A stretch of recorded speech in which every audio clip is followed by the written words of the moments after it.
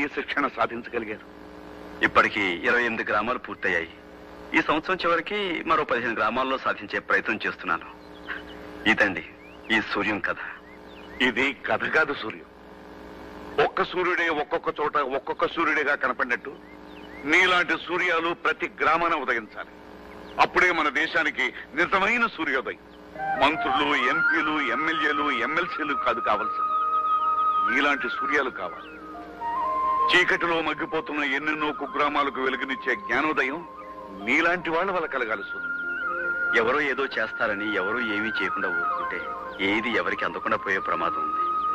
కనుక తలొకరు తల పని తలబడితే అందరూ బాగుపడతారు, దాంతో ఊరే బాగుపడుతుంది.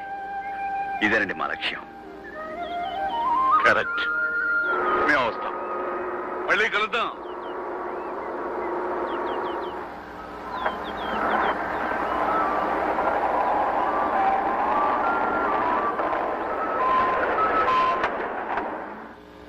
ఏమైందండి? సూర్య గారు, మీ ఊళ్ళో అడుగుపెట్టి మీ సావాసంలో ఇంతసేపు గడిపి ఇంత కథ విని కూడా ఇప్పుడు నేను ఒక నిర్ణయం తీసుకోకపోతే మీ లక్ష్య సిద్ధికి నా చిత్తశుద్ధికి అవమానం చేయడమే అవుతుంది. ఈ రోజు నుంచి నేను ఈ అలవాటు వదిలేస్తున్నా.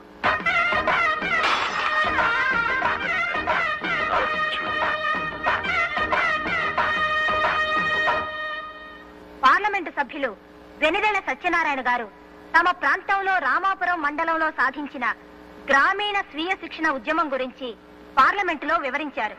ప్రతి విషయానికి ప్రభుత్వం మీద ఆధారపడే ప్రవృత్తికి వ్యతిరేకంగా స్వయం సమృద్ధిని సాధించే కార్యక్రమాన్ని ఒక యువకుడు ఒంటరిగా సాధించడం అపూర్వమని అన్నారు.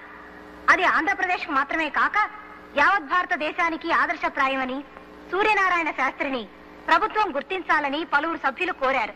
దేశవ్యాప్తంగా ఆ కార్యక్రమాన్ని చేపడితే అనేక గ్రామీణ సమస్యలు పరిష్కారం కాగలవని సభాపతి చేసిన సూచన ఆమోదిస్తూ ప్రధానమంత్రి కూడా ఆ యువకుడి నిస్వార్థ సేవకు తమ హర్షాన్ని వ్యక్తం చేశారు.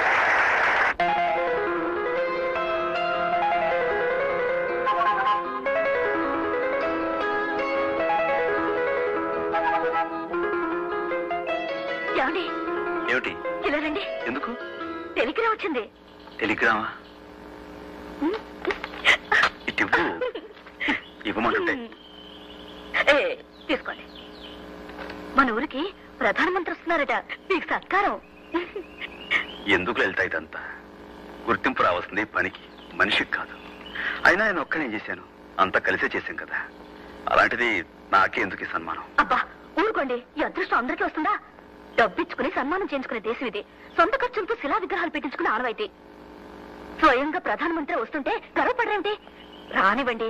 ఈ విధంగానైనా మన ఊరికి కొత్త రోడ్లు వస్తాయి కదా. రోడ్లేమిటి, ఎయిర్పోర్టే వస్తుంది. ఆ రోజు ఏ రంగు చీర కట్టాలా? మేము పత్రికా విలేకరులు. నేను ఆంధ్రజ్యోతి. నేను ఈనాడు. నేను ఆంధ్రపత్రిక అండి. I'm from Hindu. నమస్కారం, నేను ఉదయం. గణపతి శాస్త్రి గారు, మన రాష్ట్రానికి మీ అబ్బాయి సాధించిన ఘనత విని మిమ్మల్ని అభినందించడానికే వచ్చాం. మీ అబ్బాయి సాధించిన ఘనత వెనుక మీ ప్రోత్సాహం ఎంతైనా ఉందని మా అందరి అభిప్రాయం. మీరేమంటారు? అంటే మీ అభిప్రాయం అవునేనా, లేక మీ అబ్బాయి స్వయం కృషినే? గణపతి శాస్త్రి గారు, మీ పూర్వీకులు ఎవరైనా స్వతంత్ర పోరాటంలో గాని మరి ఏ ఇతర ఉద్యమాల్లో గాని పాల్గొన్నారా? అయితే సూర్యం గారిది వాళ్ళ అమ్మ పోలికై ఉంటుంది, అంతే కదండి? శాస్త్రి గారు, ప్రధానమంత్రిని మన ఊరికి రప్పించినంత గొప్ప బిడ్డను కన్నందుకు మీకు గర్వంగా ఉంది, అవునా? ఏమండి, సూర్యం గారికి ఇంత ఖ్యాతి లభించింది కదా, కన్న తండ్రిగా మీ అభిప్రాయం ఏమిటో చెప్తారా?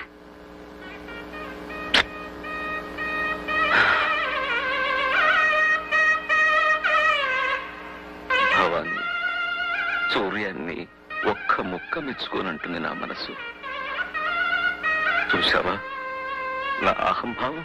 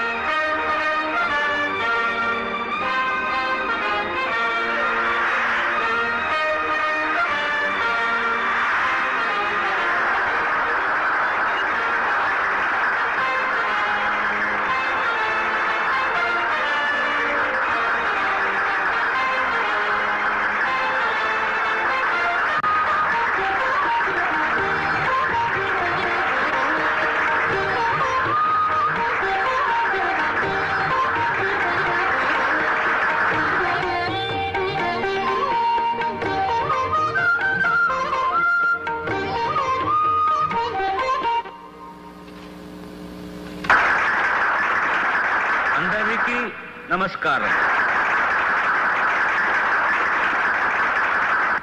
I never foresaw that a remote village like this would occupy an important place in my itinerary while touring the state of Andhra Pradesh.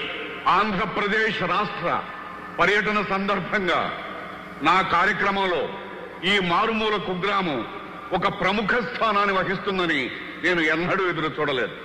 Mr. Suryam, with his relentless Shri Suryam and simple వారి అవిరామ సేవల ద్వారా ఆడంబరం లేని జనాంకిత జీవనం ద్వారా ఇది సాధ్యం చేశారు.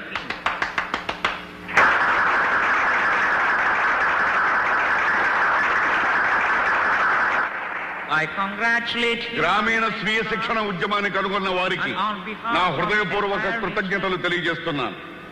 నా తరఫున యావత్ భారతదేశం తరఫున హృదయపూర్వక అభినందనలు తెలియజేస్తూ సగర్వంగా సమర్పిస్తున్న బిరుదు the young men of the decade, దశాబ్ది యువకుడు.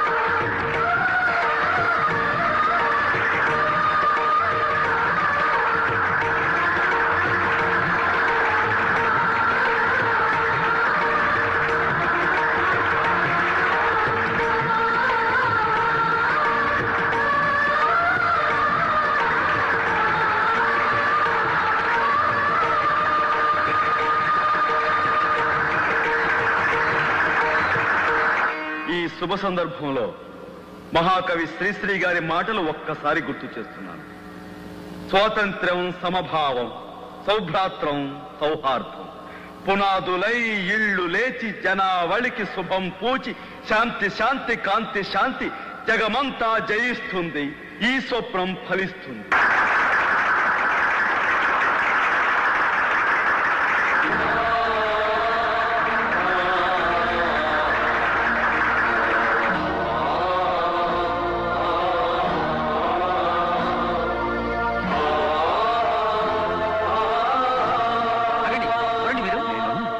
నేను గణపతి శాస్త్రి అయ్యా. ఎవరండి గణపతి శాస్త్రి? అలా వెళ్ళకూడదు, వెళ్ళండి మీరు, వెళ్ళండి సార్.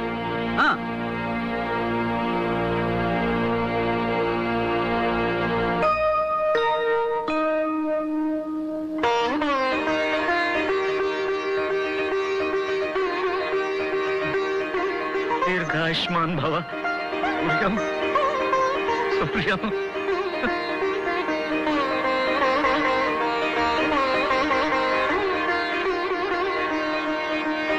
నమస్కారం. నేను సూర్యనారాయణ శాస్త్రి తండ్రిని. సూర్యనారాయణ శాస్త్రి తండ్రిని నేను. సూర్యనారాయణ శాస్త్రి తండ్రిని నేనేనని గర్వంగా చెప్పుకుంటున్నాను.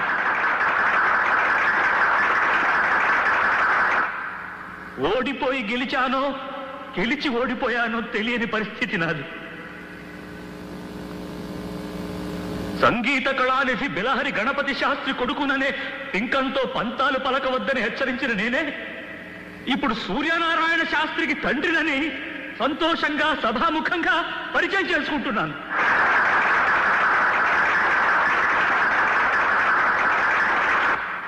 మల్లె పువ్వు వల్ల తీగను మల్లె తీగ అంటారు. మామిడి పండు వల్ల చెట్టును మామిడి చెట్టు అంటారు. సూర్యం వల్ల నేను సూర్యానికే తండ్రినయ్యాను. సంగీతమే సర్వస్వమని, సంగీతమే పరబ్రహ్మ స్వరూపమని నమ్మిన నాకు సంఘహితమే సంగీతమని తెలియజేశాడు నా బిడ్డ.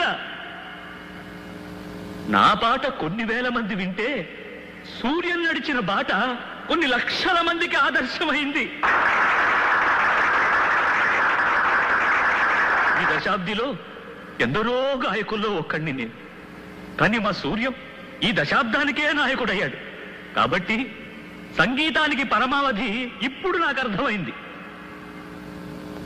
నేను సైతం మీ ప్రపంచ సంగీతంలో ఒక సగ్గతినవుతాను. నేను సైతం మీ బృందగానంలో గొంతు కలుపుతాను. పెద్దలంతా మన్నించాలి. నేను ధర్మాన్ని నిర్వర్తించాలి. ఇప్పుడు లలిత, రామ్మ, వేదిక మీదకు రా.